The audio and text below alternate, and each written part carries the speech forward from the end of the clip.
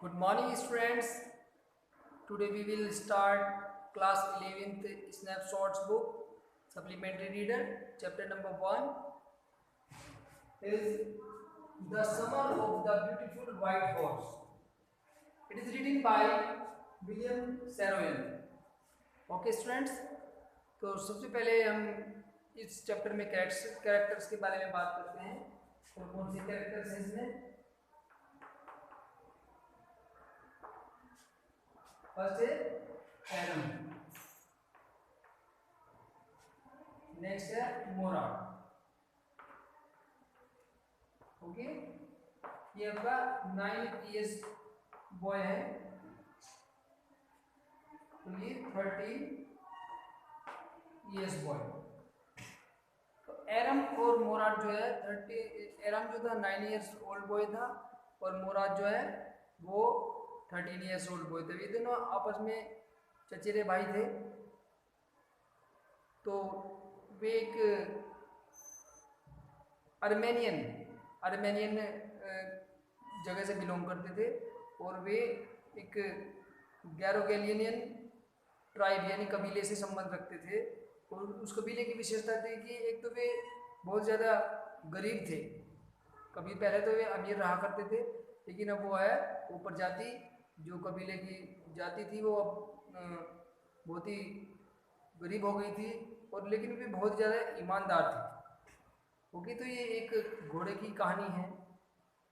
इसमें मोराद जो था उसके लिए सवारी करने के लिए एक घोड़ा लेके आता है एरम के लिए।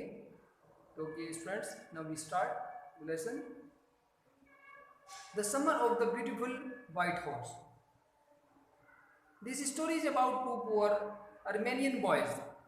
ये कहानी एक दो गरीब अर्मेनियन लड़कों की है। who belong to a tribe whose hallmarks are trust and honesty, यानी जिस कबीले की कसौटी चिन्ह विश्वास और ईमानदारी है, ये ऐसी कबीले से संबंध रखते थे।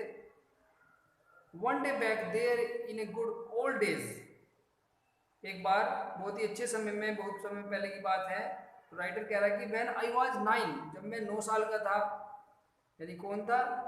एरम writer. And the world was full of every imaginable kind of magnificence, और जो संसार जो था वो बहुत ही काल्पनिक सौंदर्य से भरा हुआ था। And life was still a delightful and mysterious dream, और जो जिंदगी थी अब भी वो खुशनुमा और रहस्यात्मक सपना थी। माई कज़न मुराद, तो राइटर खुद बता रहा है, वो अरम है, अपने आप को संबोधित कर रहा है कि माई कज़न मुराद, मेरा जो चचेरा भाई मोराद था, who was considered crazy by everybody, इस सब के द्वारा एक सनकी टाइप का लड़का समझाया जाता था। हु न्यू हिम एक्सेप्ट मी, लेकिन उसको कोई अच्छी तरह से नहीं जानता था, सिर्फ मैं ही उसको अच्छी तरह से जानता था।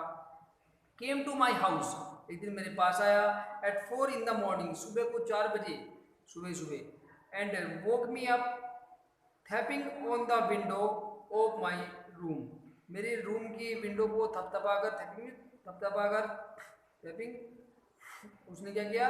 मुझे जगाया। उसने क्या कहा? एरम, ही सेड, उसने कहा एरम सुनो। आई जंप्ड आउट द बेड, मैं बेड पे से उठ खड़ा हुआ तुरंत। And looked out of the window, और मैंने विंडो से बाहर झांक कर देखा। I couldn't believe what I सा, यानी मैं विश्वास नहीं कर सकता था जो मैंने वहां पर देखा। क्या देखा? इट वॉजंट मॉर्निंग येट, यानी पूरी तरह से अभी सुबह नहीं निकली थी, बट इट वॉज समर, यानी गर्मी का मौसम था। And with day break not many minutes around the corner of the world, और अभी जो है संसार के कोने में कुछ ही मिनटों में सुबह निकलने वाली थी। It was light enough for me to know I wasn't dreaming, तो हल्का हल्का प्रकाश निकल रहा था, दिन निकलने वाला था, तो हल्का हल्का प्रकाश दिखाई दे रहा था, और मैं जानता था कि आई वॉज नॉट ड्रीमिंग, कि मैं सपना नहीं देख रहा हूँ। My cousin Mourad was sitting on a beautiful white horse, मैंने देखा कि मेरा जो कज़न था मोराड, वो एक सफ़ेद कलर के बहुत ही सुंदर घोड़े के ऊपर बैठा हुआ था। I stuck my head out of window, तो मैंने अपने सर को विंडो से बाहर निकाल कर देखा, एंड रब्ड माई आइज, रब मीन्स रगड़ना, और मैंने अपनी आंखों को ऐसे रगड़ा कि मैं सपना तो नहीं देख रहा हूँ। Yes, he said in Armenian, उसने अर्मेनियन भाषा में कहा कि हाँ, इट इज़ अ हॉर्स, कि ये घोड़ा है। यू आर नॉट ड्रीमिंग, तू सपना नहीं देख रहे हो, ये सचमुच में मैं घोड़ा लेकर आया हूँ। Make it quick if you want to ride, जल्दी करो अगर तुम्हें इसकी सवारी करनी है। I knew my cousin Mourad enjoying being alive more than anybody else who had ever fallen into the world by mistakes. तो मुराद जो था, मैं जानता था कि मेरा भाई जो मुराद है वो बहुत ही जीवंत खुशी का जीवन जीना पसंद करता है, चाहे इस संसार में कोई भी मिस्टेक हो, but this was more than even I could believe, लेकिन मैं उसकी बात से और भी ज़्यादा विश्वास कर सकता था। इन द फर्स्ट प्लेस, वो जो पहली बात थी, तो क्या हुआ, my earliest memories had been memories of the horse, कि मेरी जो पहली यादें थी घोड़ों की यादें रही थी। एंड माई फर्स्ट लॉन्गिंग्स था डिजायर्स, और मेरी जो पहली इच्छाएं थी had been longings to ride, और घुड़सवारी करना ही थी। This was the wonderful part, ये बहुत ही एक अच्छा सा पार्ट था, हिस्सा था आश्चर्यजनक। इन द सेकेंड प्लेस, और दूसरी बात यह थी कि वी वर पुअर, हम बहुत ही गरीब थे। This was the part that would not permit me to believe, और यही बात उस पर विश्वास नहीं करने दे रही थी। दैट आई सा, जो मैं देख रहा था। वी वर पुअर, हम गरीब थे। वी हैड नो मनी, हमारे पास धन भी नहीं था। Our whole tribe was poverty stricken, और हमारी जो पूरी प्रजाति थी, कबीला पूरा था, वो गरीबी से पीड़ित था।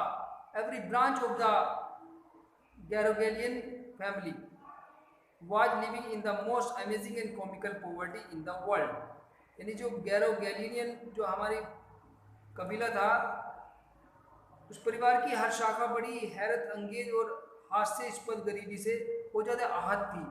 Nobody could understand where we ever got money enough to keep us with the food in our bodies, कोई भी ये नहीं समझ सकता था कि यहाँ तक कि हमारे परिवार के बूढ़े आदमी भी नहीं समझ सकते थे हमारे पास पेट भरने के लिए पर्याप्त धन कहाँ से आता है। यानी not even the old man of the family का कोई भी नहीं समझ सकता। मोस्ट इंपोर्टेंट ऑफ ऑल, और हमें सबसे महत्वपूर्ण बात क्या थी, we were famous for our honesty, हम सब हमारी प्रजाति के जो लोग थे ईमानदारी के कारण बहुत ही ज़्यादा प्रसिद्ध थे।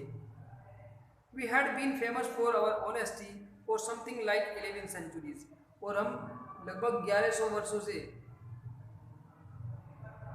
हम इस अपनी ईमानदारी का कारण ही बहुत ज़्यादा प्रसिद्ध रहे थे। Even when we had been a wealthiest family, कभी हम बहुत ज़्यादा अमीर फैमिली कही जा करते थे। In what we like to think was a world, जबकि हम जिसे संसार समझते थे, वी वर प्राउड फर्स्ट, सबसे पहले हम स्वाभिमानी थे, हमारे अंदर जो गुण था हम स्वाभिमानी थे। ऑनेस्ट नेक्स्ट, बाद में हम ईमानदार थे। And after that we believed in right,